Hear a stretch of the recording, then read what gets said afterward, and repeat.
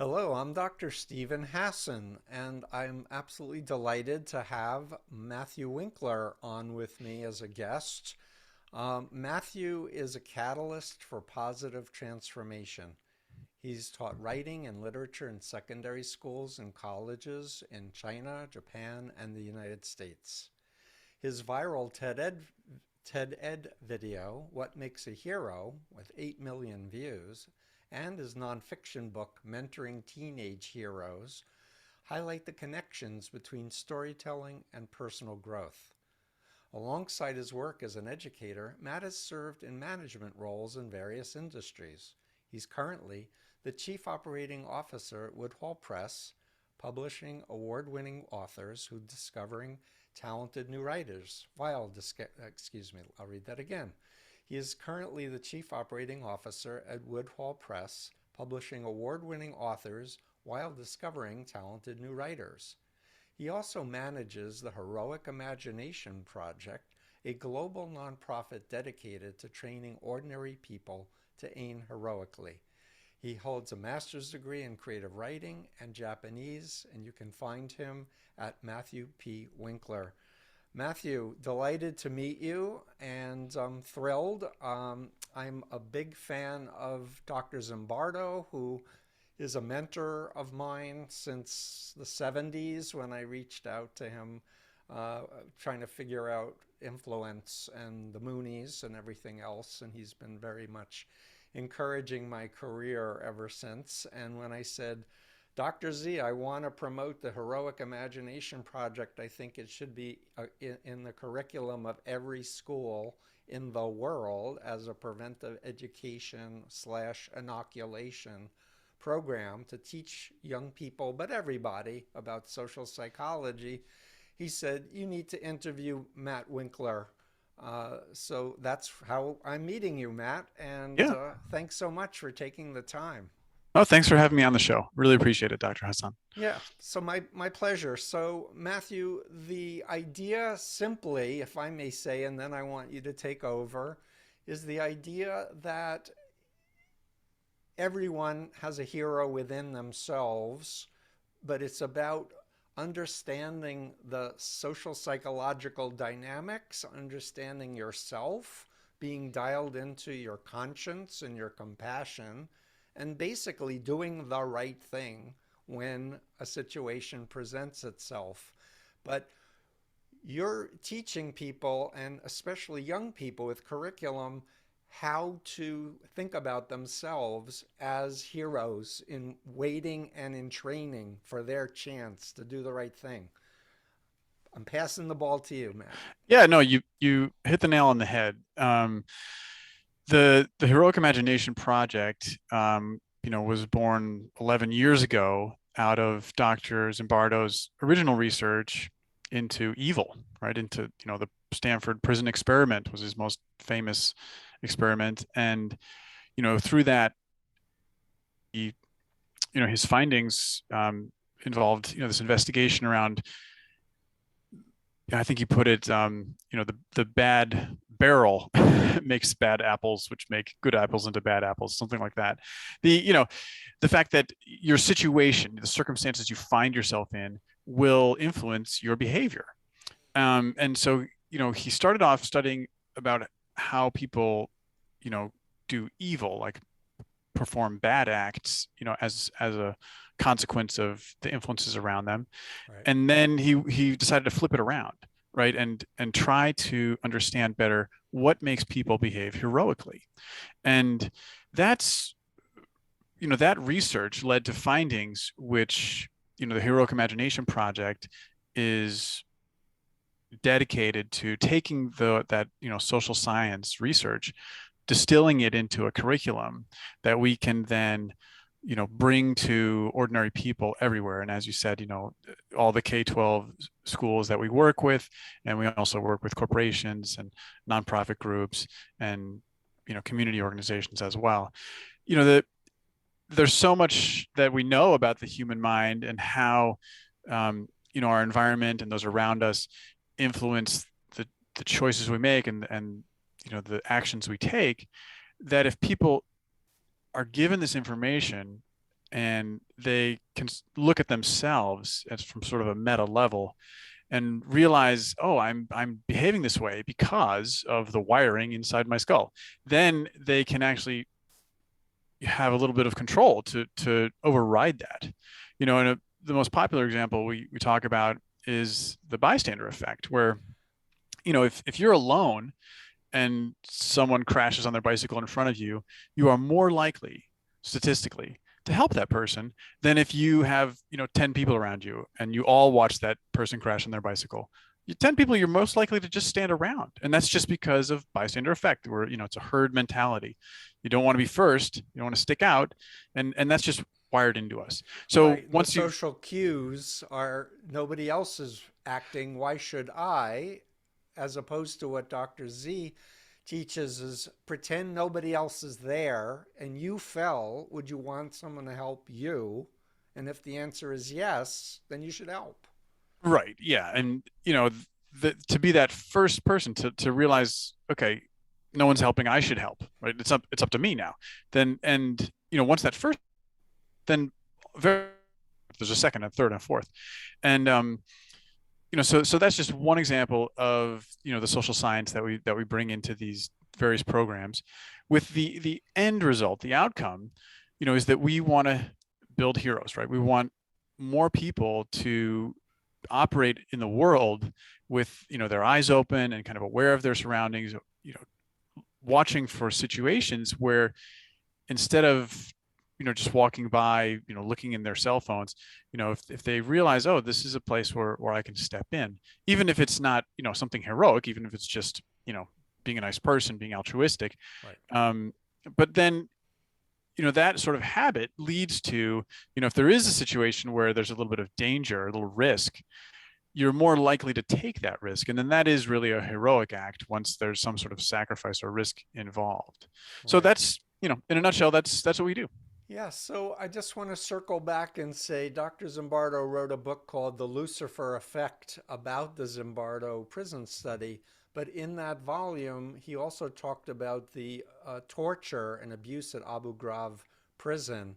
And I know that he actually was an expert witness for one of the guards who was abusing Iraqi prisoners, and he was able to do his best to explain the circumstances and the forces that led to that bad behavior and the lack of leadership from the top down and the lack of the top military taking responsibility for setting up that version of the Stanford Prison Experiment in Iraq, where human beings were being treated so horribly by American Yeah, soldiers. absolutely. Dr. Zimbardo is the founder of the Heroic Imagination Project, and all of his expertise and experience, continues to inform the work that we do. He's on the board as the president emeritus, Sure. and um, you know, the Heroic Imagination basically tries to take a mirror image of that, right? Yeah. Instead of a structure that results in you know harm and wrong at the front lines, basically. Our structure intends to create a structure where the folks at the end user is approaching the world from a position of this heroic imagination, right? To think of things that you Exactly. can do and ways you can help. Exactly. And I'm absolutely convinced that this curriculum can help inoculate people from all kinds of authoritarian cults and, bad actor situations by sensitizing, by educating people. For example, the Ash Conformity Study or the Mhm. Milgram Obedience Study. I know those are two critical studies along with the Zimbardo prison study that help to show how people behave differently when they're in a group than Yeah. individually. And by having that knowledge, it also, challenges the fundamental attribution error, which is a biggie in social psychology, that explains that if we're trying to understand why other humans do what they do, we have this bias, this unconscious bias to overestimate personality variables or dispositional variables and underestimate the situation. But what social psychology teaches us is learn about the context, learn about the Mm. forces. So in my work, explaining you were deceived by the recruiter or by the website Mm. that was, enticing you in an incremental way and getting you, incrementally involved, which is, the Milgram obedience study. People are, doing what they think is a shock. It's actually an Mm. imaginary shock with a tape recording of someone crying out in pain, but people are killing another human being in a laboratory experiment situation because someone in a white jacket says they have no choice but to finish what they committed to. And so I'm so excited. Can you please? I looked at your TED talk. The graphics are marvelous, and Oh yeah. I have a young man, a son that I'm going to share because it's so great. But talk more about what you're doing now with HIP and describe more the actual programs that you have in place. Okay, yeah. Well, since you brought up the TED Ed video, I'll speak to that really quickly. Please. Um, yeah, so I I was doing research. I was teaching English at a secondary school, and I was doing some research into Joseph Campbell and the hero's journey plot structure, and it really struck me how these stories that follow the hero's journey, which if you're not familiar with it, this plot structure will become very familiar when I describe it in a few steps. The hero of the myth or novel or book or movie And you or video used Harry game. Potter, you Yeah, used some, right. The things that, hero, yeah. starts off kind of ordinary world, basic humdrum life. Then there's this call to adventure, sword in the stone, a comet comes out of the sky, whatever. Um, Summoned into this unusual world, this adventure. And they cross this threshold. It could be a geographic threshold. It could be a emotional threshold, and they get some help, right? Some sort of it could be a science fiction device. It could be a friend. They go on this quest where they have to solve this problem, and there's these tests that they face, and then they finally come to some, the cave you fear, like their darkest fear, their worst enemy, and then they confront that, and according to the formula, they have to lose something. Maybe they die. Maybe they die metaphorically. Maybe they die, and are actually resurrected, or they lose Hmm. an arm or something, and then you know you come back out and kind of cross the threshold back into your ordinary world. It could be a wormhole, it could be a magic portal, it could be anything. And then you return to where you started, but obviously, you're changed and you have brought with you some sort of treasure that can solve the problem that you left to solve. Yep. So, as I was, researching this, TED decided to launch an educational channel, and they were looking for um, for lessons. So I was lucky enough to submit that and work with, an award-winning animator named Kirill Yoritsky. He's done work, for Nike and all kinds of huge companies. And so I got to go down to the studio in New York City and do the voiceover and work with him. And it's been great. Yeah, like 8 million people have seen it by now. And I love going to schools where they say the English teachers, "Oh my gosh, that's your video. I recognize your voice." Um, Great. so it's a big help for explaining that. And then that spun into a book, which I got published a few years later, which basically takes what this explanation of the hero's journey in terms of these stories as a metaphor for real life, and a way that the ancient myths sort of taught young men and young women how to be heroic, or how to behave in a way that's not selfish, but in a way that's courageous and altruistic, and puts the society before the individual, right? So because all of these heroes are setting off on a quest in order to you know to gain some, whatever it is, some sort of solution to solve the problem back home, whether it's, the crops are failing, or, there's bandits who are attacking the village, whatever. They have to, Right. that's the whole reason they're leaving and coming back.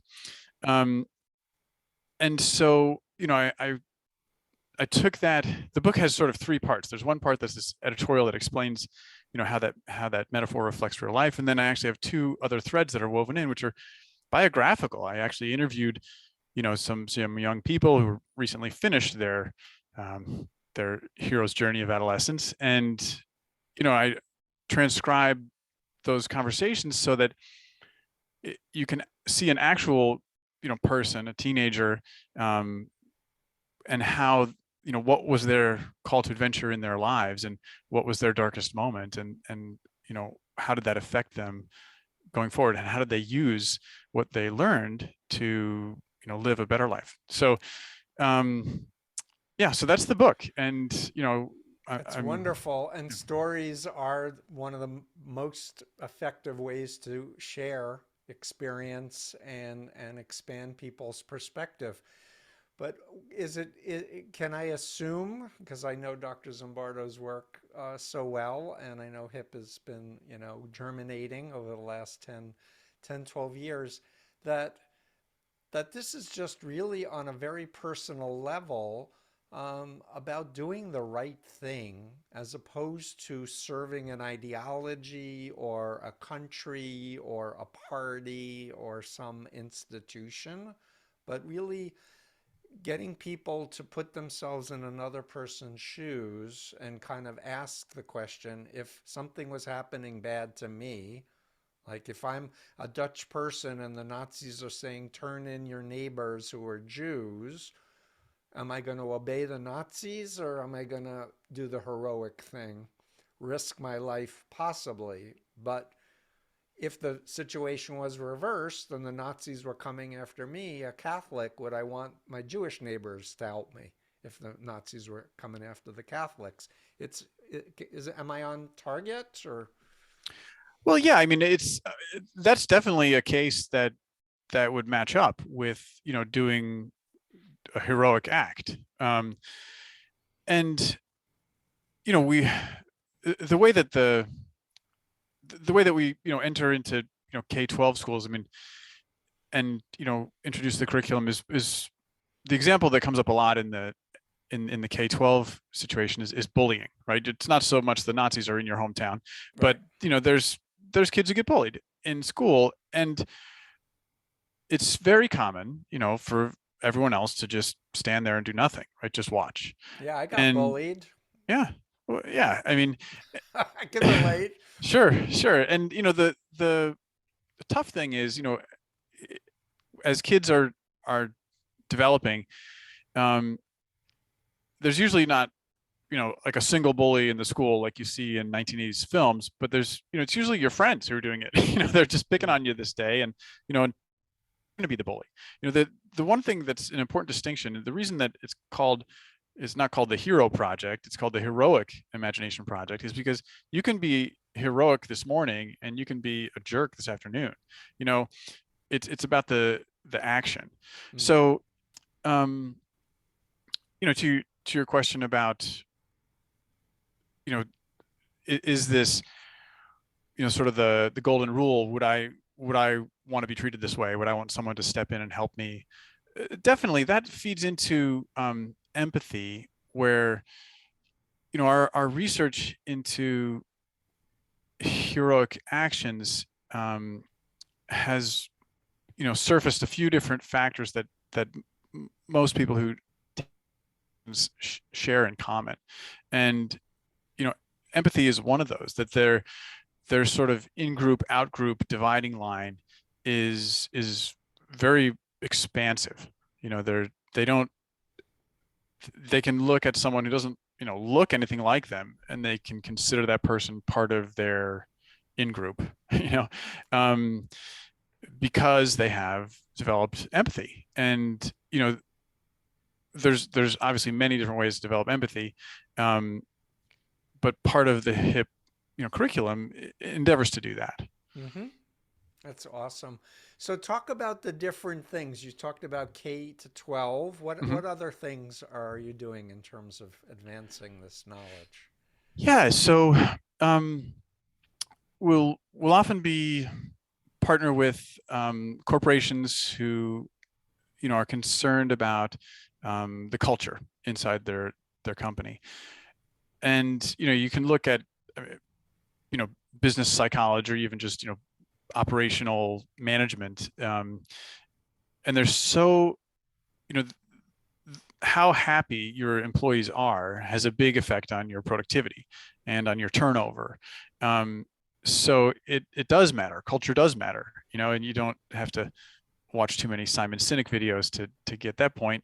Um, and so the Heroic Imagination Project, when we're invited into companies to talk about our work, um, there's there's a lot of engagement around this idea of agency, right? That if if you're in a workplace and you see something that's going wrong, right? People aren't following procedures, or there is a procedure but it's like not helpful, or it's harmful, then you are empowered to step up and try to correct it.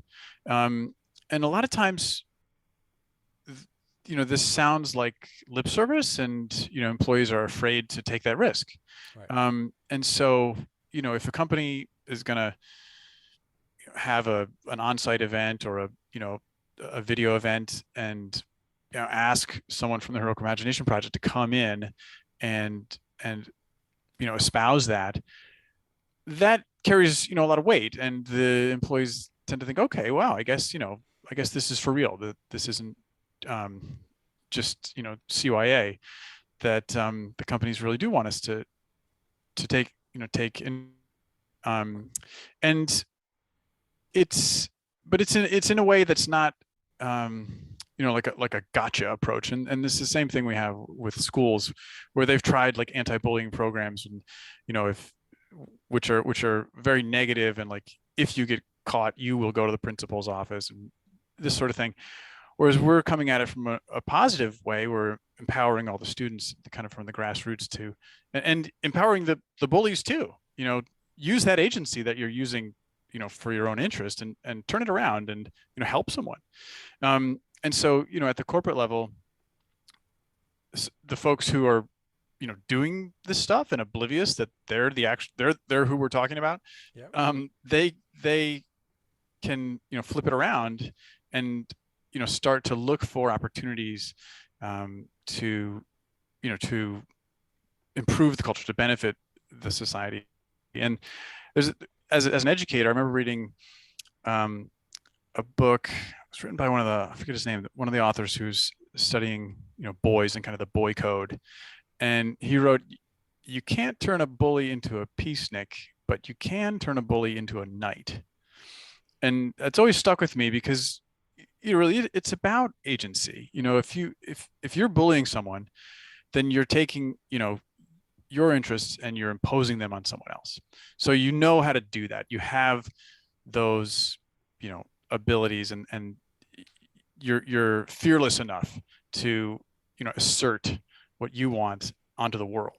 Right. And if you can just turn that agenda a little, a few degrees to the right, Yeah.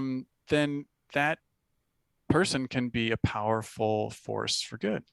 And you say knight, you mean like knights of the round table, Right. like Yes. defending justice and virtue and the Yeah. the kingdom from the enemies, etc. It's Yeah. so it's so wonderful, and I wonder if I can interrupt and just say, can you share with our listeners one or two or three stories of real life heroes that are used in your program to help typify the kinds of things you're encouraging? Yeah. So once again, we don't use, we try not to use people like heroes, like because nobody's perfect. But we'll focus on heroic actions, right? And Right. there's a few that come up a lot. Like there's one in our sort of video 60-second commercial that we send out to the elementary schools where, and this is a true story. There was a Hero Roundtable, or sorry, not a Hero Roundtable, Heroic Imagination Project event where all the students were called to the auditorium, the assembly room, and I think it was Matt Langdon was giving the presentation, Mm-hmm. and then later that week, there were kids at a school bus stop, and one of the seventh or eighth graders was hassling a younger kid, and a sixth grade girl stepped in and said, "Hey, bullying is not okay at our school," and took the kid who was getting bullied and said, "Hey, come with me." And it was kind of you, it stopped what was happening, and she changed the situation. She removed the victim from the Yeah. situation, but also it kind of put on notice the older kids, like, you're not going to get away with this anymore, right? Because this student, this heroic student, had you know understood from that assembly, from that hero training event, that the school holds this position and is not messing around, and that she would have backup and permission. Yep. So that's all it took, and it's just those small incremental results that end up tipping everything in that direction. And it does take time. It's not overnight. um, but the entire culture of the school does start to flow in that direction. Yeah, and role modeling matters. So if a Yeah. corporation is bringing you in to do a training, it is a message to the employees, hey, this matters Mhm. to the bosses. So it gives some weight to, hey, this is what they're have training us with.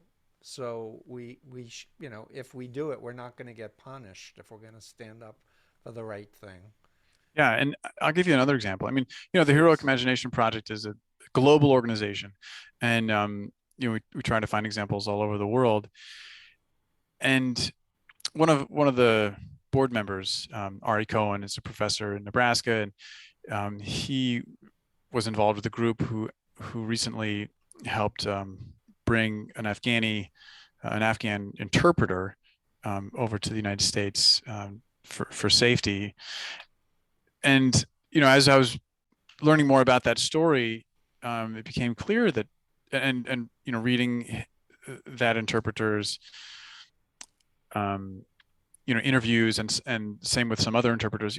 There's hundreds of these interpreters in Afghanistan, and you know during the decade of war, they were serving the United States and allies um, in Afghanistan as the eyes and ears and mouth, right, as they're communicating with the local folks at great risk to their own families. Yes. But they felt it was their responsibility as citizens of their country to help to push the Taliban out and to rebuild after Right. so many years of destruction, Right. which is very heroic. And you know we just witnessed the withdrawal, and the um, Yeah, 20 years we were yeah, there, and Russia was there before us, right. and the Afghani population really doesn't like outsiders coming in and telling them how to live. And Yeah, and so now these interpreters are they're they're at great risk, right? Because they are seen as having helped the enemy, and um, if they don't manage to flee the country, as this fella succeeded, Farouk, hmm the consequences are terrifying. right. I know I'm going to be going back in time, and I can't say how long ago, but I remember in New York City, a man had a seizure, fell into a subway track, and the fellow Yeah, took Wesley his Andre. two daughters, said, "Hey, you, watch my girls," and jumped onto the tracks, put his body over the man. So the train, and I think there was an inch or 2 inches after the train left. And he said, I didn't think about it. Yeah, yeah. Wesley Andre. That was actually in January, so the anniversary. I think it was. Yeah, I think it was 10 or 20 years ago. It was a while ago. Yeah. But yeah, just as you said, they had they had witnessed this fellow. I think he had actually fainted a few minutes earlier as well, so they knew what was going on. But when he dropped onto the tracks, it was obvious that he was going to be killed by this incoming subway train. And so Wesley Andre, yeah, just told his girls, don't move. And as you said, he, between the two rails, he, you know, covered this man's body with his own and told him, don't move. And there was just barely an inch or two to spare as the train rolled over them. Right. Yeah. But of course, most acts of heroism don't involve like risking your life to the extent that, he did. But still, it brings tears to my eyes when I think about people, just really stepping up to do the right thing. Yeah, And and there is a distinction. Like, you can do the right thing without it being heroic. In for the Heroic Imagination Project, we do draw a line, mhm, kind of between altruism and uh-huh, heroism. So that there needs to be some sort of risk, some sort of sacrifice in order for it to reach the qualification of heroic. And the risk doesn't have to be to your life. It could be just to your, like this girl at the bus stop. It could be just a risk to your reputation. Like you might get, bullied as well. You're putting yourself in harm's way, so to speak. right, right. So Matt, I'm going to push you a little if I may, and Yeah. feel free to respond, any way you feel, drawn to. But in this 2022 age of such polarization and such negative feelings that people have, whether they're aligned in different political parties or different religious, contexts. Give us some messages of, how things should be, or what, in particular, what, for example, if President Biden and his wife, Dr. Jill Biden, who's an educator, was listening, like, what would you want to convey about what HIP could potentially do to help? Well, I'll say that HIP is a nonpartisan organization, right? We're Okay. not, we don't, our focus is on education. We use, social science research to help people to understand what are the outside influences that, you know, are affecting the choices they make and the way they behave, Uh-huh. and so that they can, you know, be more in control of the decisions they make.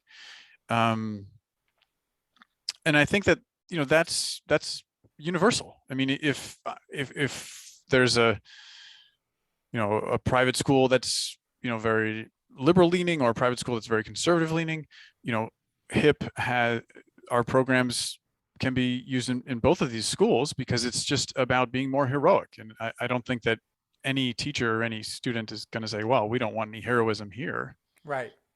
So it's universal in that sense, and it's really teaching people about humanity, social psychology, and to a certain extent, how to be a mensch, if I can use a Yiddish term. How to, just be a stand-up person where you can go to sleep at night feeling good about yourself and looking at your kids and feel good about, your role in the world. Yeah, and that's a more, kind of holistic situation. I hope we can all do that. And then, the heroic piece is really, you use the expression hero in training, which, it's very rare that you get the opportunity to do something truly heroic where you are taking a risk or making a sacrifice, unless you're, that's sort of your line of work, like a firefighter or something. But, for the rest of us, you can learn CPR, for example, and take your refresher course every year and go through your whole life and never do CPR. Great. you know, but if that moment arrives where, someone collapses in front of you and they need CPR, you're ready, right? And if you've done the other work, not just the technical work, but you've also done kind of the emotional work to be, to have enough empathy that you would, no matter who that person is, that you're going to jump in. And if you're just have the habit of being aware of your surroundings and aware of other people, then you'll actually notice when that happens and you'll jump in. So, those are all the aspects that HIP works with in our educational programs. Yeah, that's awesome. So, say a little bit more about the curriculum. Is it 6 weeks? Is it 12 weeks when you're working in public schools? And I'd like to hear more about your work globally as well. Uh, Yeah, well, thank you. So we have an online HIP education course where that's designed to be about 6 weeks. It's a series of modules that you can engage with, at your own pace, a self-paced program. Um, and we've got students all over the world who are taking that course right now. And after you finish it, you get a certificate signed by Dr. Zimbardo and HIP President Matt Langdon, which says that you have course and you can, explain to other people the social science in the program that you just finished learning and how that influences behavior. And what HIP wants to do, I mean, we're a very small nonprofit organization, but we want to have, partners all over the world, and we do. And the reason that we have a model where we don't have staff members in every country is huge and unaffordable, but we just have partners who are taking the content and putting it into the language and the culture of that region, so that when here we're talking about Wesley Andre, who jumped on New York City subway, and you and I are familiar with that. We're from America, urban centers. But if you're teaching this in Poland and Hungary and South America, you're going to pick a different example, right? But it's going to be the same content, and you're going to put it into your local language, and pick someone who the folks that you're talking to will have heard about on the radio or in their newspapers. So that's the online course. And then the the programs we have for schools, we have three programs for the K through 12, and some of them cover different age ranges. The first one is a Hero Club, and that's a brand new program. Is developed by a high school student who is now on the board of directors of the Heroic Imagination Project, and it takes the social science that the Heroic Imagination Project has accumulated, and I presents it in a way that is intended to be, I guess, digestible, for high school students as an extracurricular club, and also with a spin to launch that club into activism. mhm. So that the groundwork for that is complete, and it's currently being tested for during this Great. spring semester of 2022, and schools are invited to apply to launch their own hero clubs starting in the fall of 2022. So does it take like a teacher at a school to reach out to you, or is it more like a school board member, or could it be even a politician that, says, "Hey, we should do this in our state," or we should. Who would be the best people to respond to if they're listening to this? Yeah, all of the above. Okay. Call me, email me, go to our website. Yeah, Heroicimagination.org, I might add. thank you. Right. Yeah, yeah. The we say we need one dedicated student and one dedicated teacher, and then we'll help you get it going. Um, a lot of times it's a student who calls and says, "Hey, I heard about this. I'm excited about it. What do I do now?"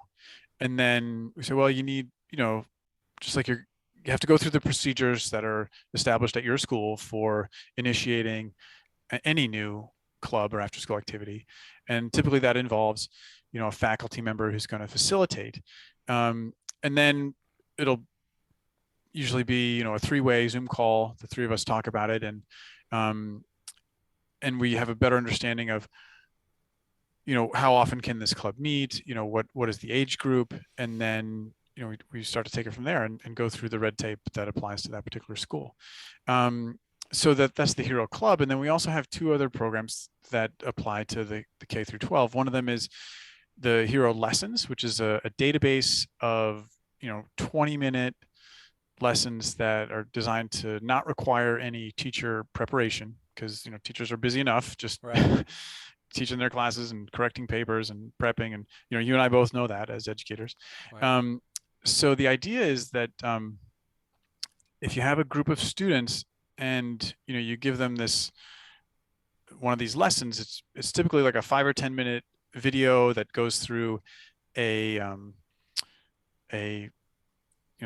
social psychology experiment. Like I think we talked about the Ash Conformity And Experiment. there's a Heroic Imagination Project YouTube channel with many of these video vignettes. If you're listening and you want like a more substantial experience with the kinds of experiments that are then going to be used to explain, please Yeah, continue, Matt. no, absolutely. Thank you for dropping that. And yeah, so it would start with a short video or an article, and then there's a list of discussion questions, which are designed to be, a student-led discussion.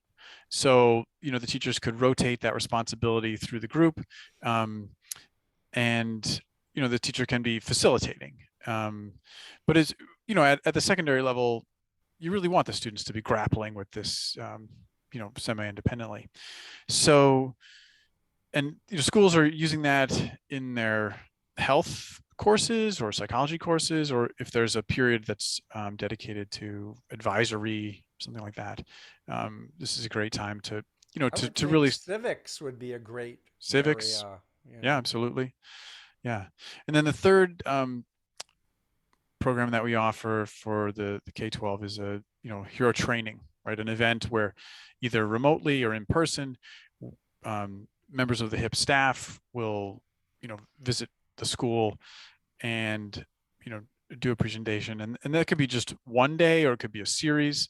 That's something that we can work out with the faculty and the administration, depending on, what their budget and what their time schedule permits. And these courses or these programs, again, are available all over the world through our different partners that are established on the various continents. And let me just say, if you're part of a philanthropic foundation and believe in the mission of HIP and want to do grants to do outreach to get this course and this curriculum into more schools, contact Matt at Yeah, the please Heroic do. Imagination Project. Because I think that the future depends on educated citizenry, and of course my thing is social psychology and influence. And in terms of this podcast, it's called the Influence Continuum. I thought, wow, HIP would be perfect for the ethical side of influence, like Thank you. educating people how to be ethical, how to, be their best selves, to do Yeah, things that make them feel good. right. And as you just mentioned in your call to action here, I just had a phone call or a Zoom meeting actually um, last week with a group that is working with girls in leadership positions and leadership education in Senegal. Mm-hmm. It's a rural community, and there's a very high, teen pregnancy rate, Mm. just because of, lack of health education and so on. And the next level that they want to get through is more of a, female empowerment and helping these girls, take more responsibility and authority in their communities. And they, it's a third world situation. So they don't have the funding Right.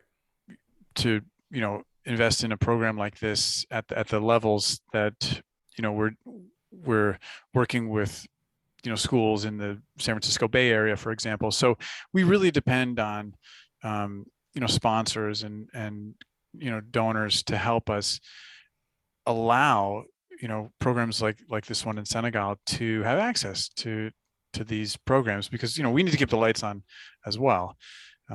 So 100%. So now I'm going to say, hey, Facebook, Meta, uh, you're reaching all of these countries around the world.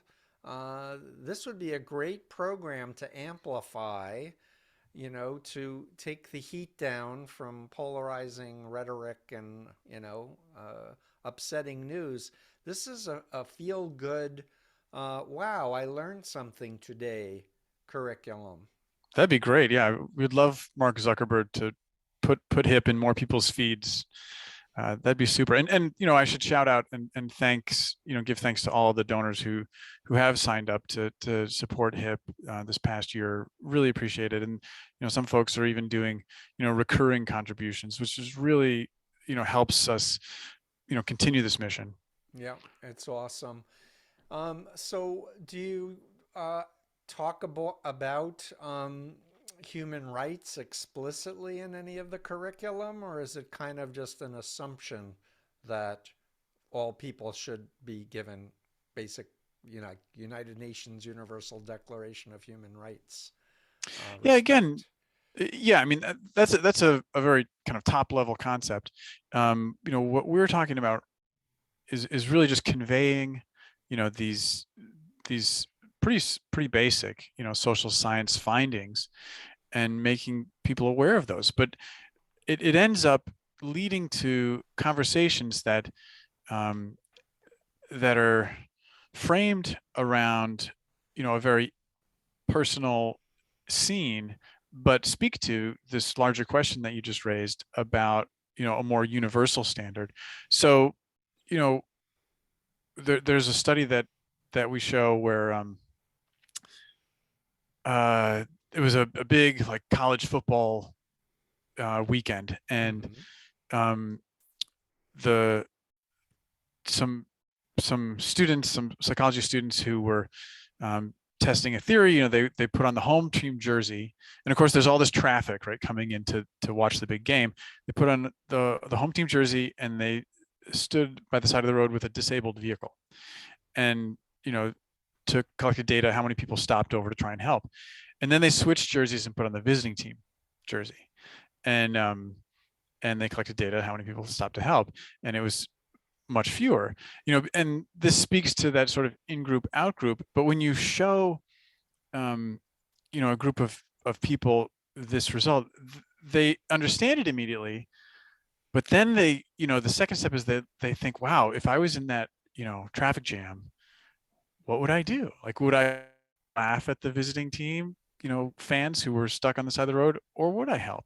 And that imagination, right, and that's why it's in the name, is the first step for them to pulling over and helping next time that happens. Right, right. And just, I just love the whole concept, and that's one reason why I wanted to do a segment on this, because we need more heroes. We need more people just to not zone out and play video games or get lost in virtual, gaming and binge watching of movies, but actually roll up their sleeves, look around their community, and think, what can I do to contribute? What can I do to lift others who are not as fortunate as I am up a little bit? Right, right.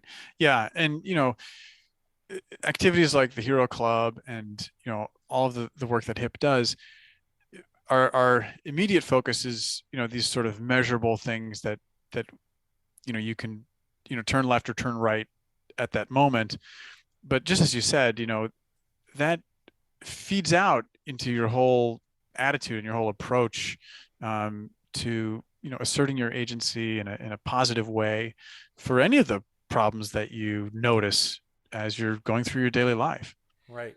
So we're going to be wrapping up soon, but I just want, if I may, to just say one of the social psychology experiments I use all the time with my clients and educating them is the Ash Conformity Study.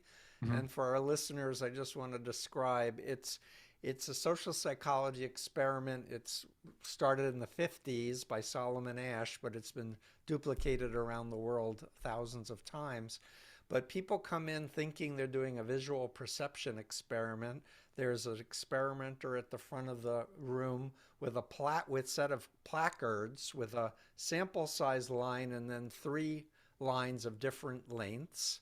And the experiment is going around the room asking which line is the same length as the sample line, but the person who's in the experiment doesn't realize everyone's in on the experiment except them.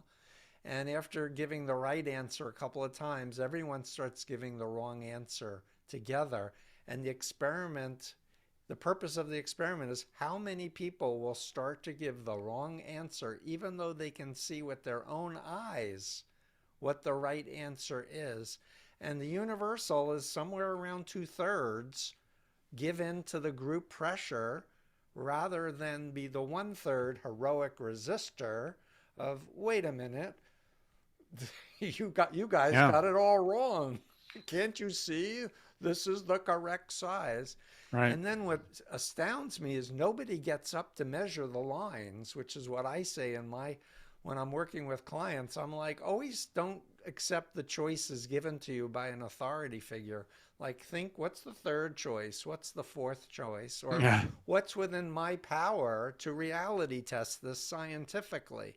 And scientifically, it's to measure the darn line, because a 2-inch line equals a 2-inch line. It doesn't equal a Right. 3 or a 4. But when I show this to my clients who are coming out of authoritarian cults, the lights turn on, Mm-hmm. because most people, when they exit, before they learn psychology, they feel stupid. They feel, Right. ashamed that they conformed to agreeing to stuff that they didn't agree with Oh, or I see. believe. Right. So it's revelatory. And then the Milgram experiment with the phony shock machine, Yep. as a former leader, man, it gave me such relief to know, you know what? I was acting like a human being when I was a Mooney leader. I was following orders, believing I was following a legitimate authority figure. Um, and I wasn't thinking using my conscience and my critical thinking. Because if I was in the other room in pain saying, my heart, of course, nobody had a heart problem in reality, but they believed that it was happening. So, and then, of course, Zimbardo's experiment showed how people could randomly be assigned to guards and prisoners, and some of the prisoners were having nervous breakdowns, and some of the guards were becoming sadistic. And it was all control of behavior, information, thoughts, and emotions in a authoritarian structure, because Zimbardo was the warden, right? But this was way back in early 70s. Yeah. And but it's destructive cults are doing these impermissible social psychology experiments all the time. But researchers, in my opinion, are not doing enough to study and apply social psychology to these situations.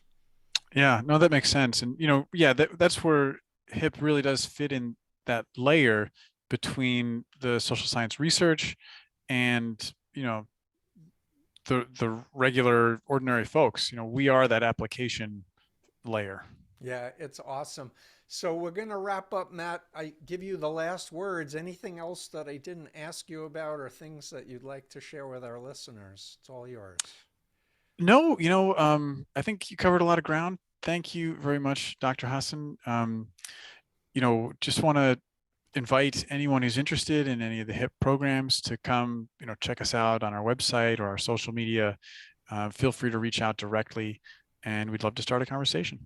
Yeah, wonderful. And check out your book, The Hero's Journey, and look at the the viral TED thing. 8 million views. I'm jealous. I have two TEDx's, but nowhere near that. But it's great. Do more, I would say. Okay. Try to connect with young people and great, graphics and video editors, and do more content, please. And thanks again for your great work. All right. Thank you. Have a great one. Take care. So.